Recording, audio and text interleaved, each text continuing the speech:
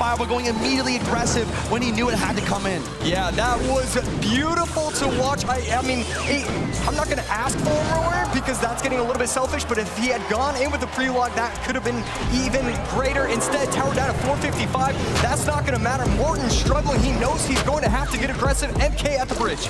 Mega Knight at the bridge, he stops the jump with a really good Fire Spirit delivery on the defense. Minions trying to break through, one more Earthquake log, and that's gonna be it. Samuel, but wait, no! Wait, Gama Giant on tower! Fireball in! No! Oh, Earthquake! Oh my god, both towers down! It's a tiebreaker match! 30 seconds left! Gama Giant in the pocket!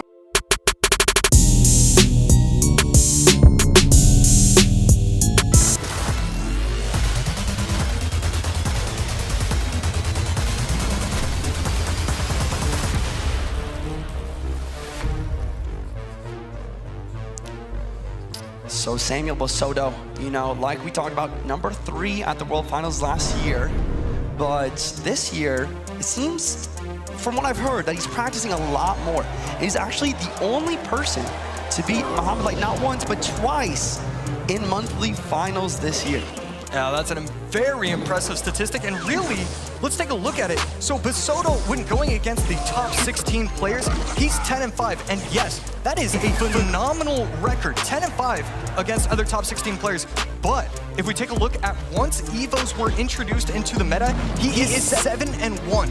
This is, I mean, it's crazy to say, but like EVOs are his meta. He is so talented of recognizing cycle. This has been his game since he started being a pro player. Recognizing cycle, recognizing when the EVOs are gonna be in there, and then making sure that he adapts and makes the right play with that.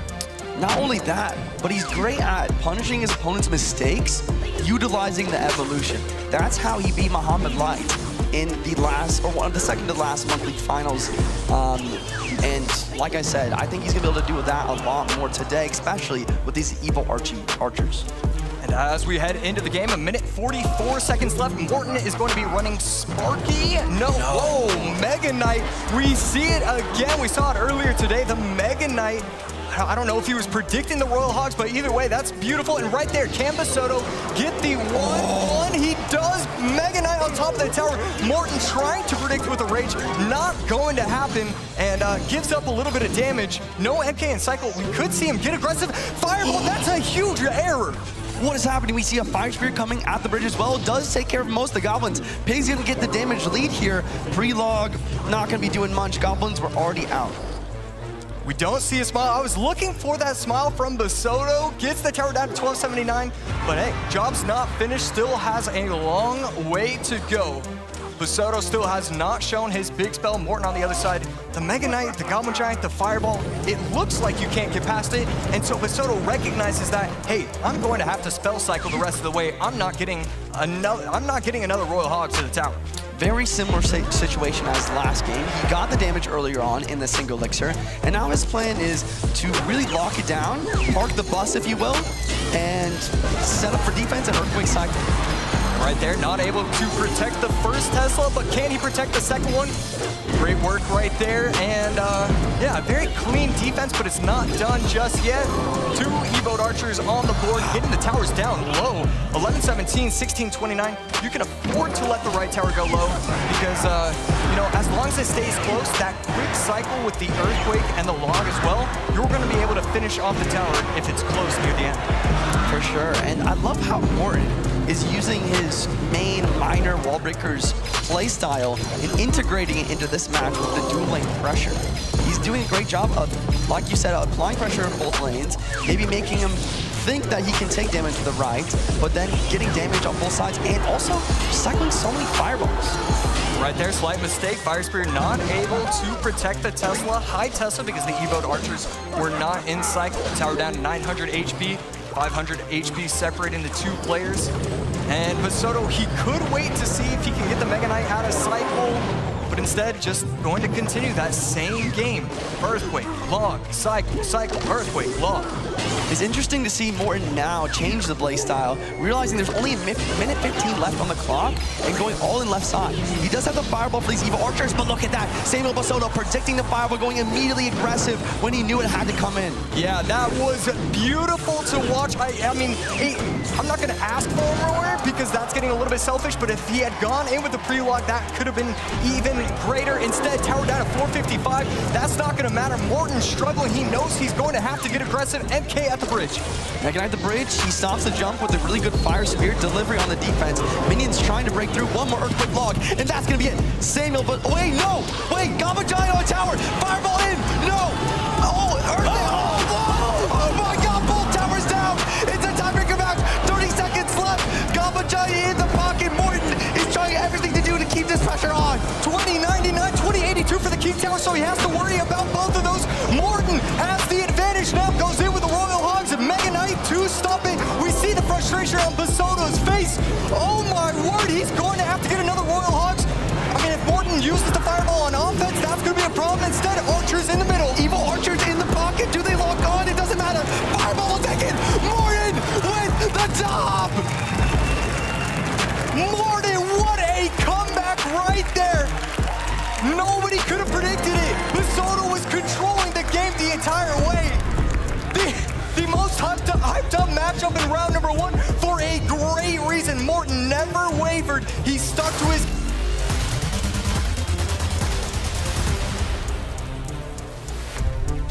To the surprise of absolutely no one, after witnessing that game number 1, both players have over $200,000 in career earnings. I expect that number to go much, much higher for both of these, even though they're getting matched up in round number 1. I know. After that game, like, you just expect to see them just as the days progress. You hope to see them. I know. You do wish that this match wouldn't be so soon, but that's just how the cookie crumbles sometimes. SK Morten on the bottom. Samuel Bassoto up top. Morten going to be running Skeleton King with the Goblin Gang. Bassoto running Night Bowler. I think we saw in last year's Worlds that he came out with the Night Bowler Loon Freeze or something, so I wouldn't be shocked if he ran that again. It just seems like a Bassoto type of deck at this point. Morten, it looks like he was kind of predicting that using a minion horde. What is this, Mortar as well? Yeah, it's got to be Mortar, Miner, Spam, the bottom. Bassoto with the E-Giant, actually. E-Giant at the bridge. Does he have the Mortar here to defend? No, he decides to go for Barbarians instead. Wants to get the Evil Barbs and Cycle, but the E-Giant will take... Wait, what's happening? Wow. E-Giant's getting so much damage here. NATO pulls back, Baby Giant locks on tower.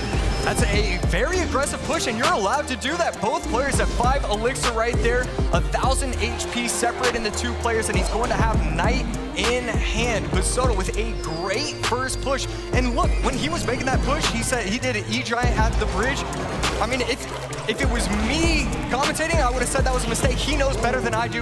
Great play right there, and another great play. Lining it up, Bowler going to take out the Skeleton King and the Mortar. Exactly what we want to see.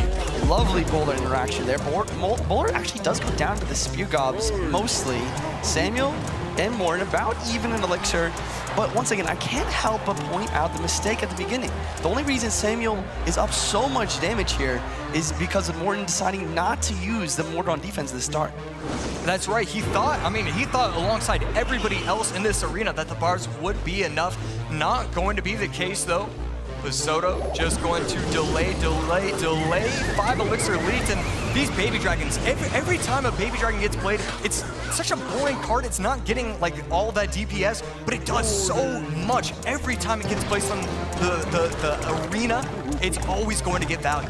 Especially in this matchup, and I think Samuel realizes that. He's always cycling the baby dragon as soon as it comes in his hand because he knows it will give value, and then he supports it with the electric giant in front. And you might be wondering, is this E-Giant getting the tower? Probably not, but the baby dragon could. Wow, right there, Minion Horde going to be able to take it out completely. Bassoto just a bit delayed. And look, if he gets that out in time, he has a massive push going instead. Morten on the other end. That Baby Dragon cleans up everything nicely. That was a great talking point that you said. Every time he has Baby Dragon in hand, that should be immediately placed on the board. It gets so much value.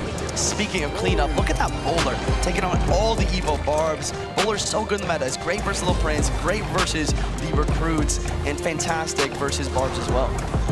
Barbs to take out the Bowler. That way he can get the Evo Bars back in cycle. Should be a relatively easy defense. That Bar Barrel getting a ton of value. And again, this Baby Dragon, it's taking out the Skeleton King. It's going to take out the Skellies, allow for the E-Giant to be slightly healthy. I mean, he's putting on a clinic on how to play this matchup right now. Baby Dragon is not going to get targeted by tower here, which is very important. He's going to get a lot of value. He realizes that, goes for the E-Giant at the bridge immediately.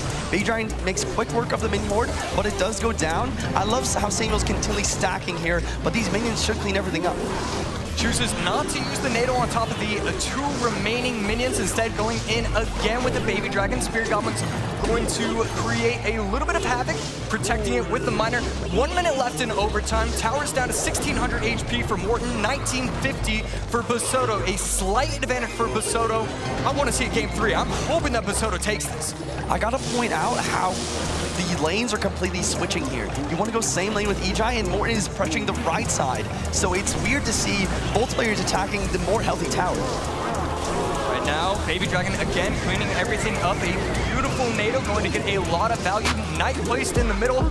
He only has Miner and Snowballs. So Bassoto just defends out properly. I mean, we saw what happened in game number 1. It is difficult to do. Morten knows the exact cycle and knows how to create an advantage. 15 seconds left on the clock. Miner trying to get some chip on the right side. Morten needs a lot of damage, though, if he wants to outpace this Lightning. Baby Dragon once again in cycle, dropping down the defense. Morten calls good game. He knows it's over. And we are heading to a game 3, Josh. Oh, yeah, you love to see it, Bassoto bringing it to a game number 3. I mean, no mistakes whatsoever, and it really is as simple as, I have Baby Dragon in cycle, I'm gonna place it down. If he uses Minion Horde on top, I NATO. It's...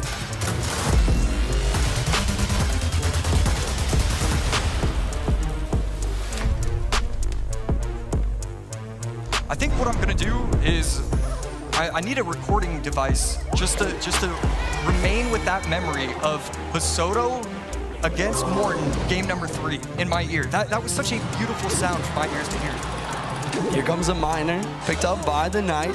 Are we going to be seeing, no, not a Miner mirror matchup. I believe it's going to be Miner at the top, possibly Mega Knight versus Morten with some Hog Earthquake at the bottom. Going quick cycle right there. Bassoto just going to poison it out. See if he has building or going to use the NATO. Going to use the building. You're going to use NATO in game number 2, so don't I feel fooled. Bomb tower slightly placed, 1 tile high, making it so Samuel's forced to use the snowball in defense, giving Morten a pretty solid elixir lead. Morten does not have his win condition in cycle currently, though, so he's probably going to use that extra elixir to cycle to that next Hog. I'm loving the Hog Earthquake gameplay that I've seen today. I feel like we didn't really start with a lot of it, but these players are just playing it so well. I hope that as the days go on that we see more Morten running Hog, EQ, Bassoto running the Recruits. Let's see who's going to be able to play it to perfection. I love the bomb tower pick for building for Morten here. But look at how Little Prince actually lock on to the opposing Little Prince as well. It's going to make this defense quite easy. Right there, he doesn't have to play the wall breakers all that well because the bomb tower is going to clean it up. So you can just place it directly on top. You don't really have to worry.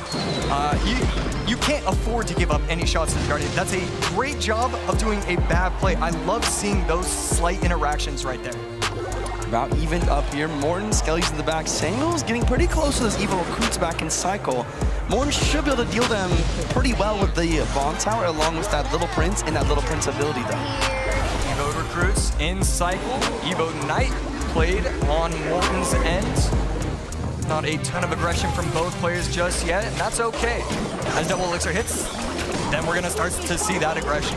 Here we go, like you said, aggression. Recruits at the bridge, Skelly Drags, Miner to tank. I love this Miner, I love the Recruits tanking for the Skeleton Dragon. Ooh, Oh, but the log is missed. Recruits dashing to the right-hand side. Little Prince locked on the tower as well. He's starting to speed up. And look at those Skeleton Dragons on the left. Skeleton Dragons getting the tower all the way down to 1243. Are they going to get some more shots? They do. 921, 760. A massive, massive error from Morten. And Bassoto is going to push. Recruits again at the bridge. And Bassoto, again, we talk about it with these brilliant pros. They're recognizing, okay, he does have bomb tower, but still, I should be playing the recruits as often as possible.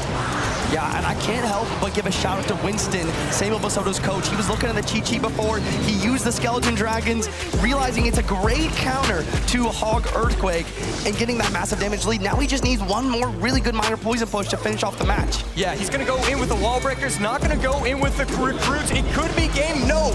Morten going to be able to predict that, and look at the right tower. The Little Prince locked onto the tower, log coming down. I mean, Morten is hanging on by a thread, but I don't think it's gonna matter. Bassoto should have this locked up. Morten calls the good game. Here comes the poison. There goes the snowball. One more miner to finish it off. Skeletons do catch.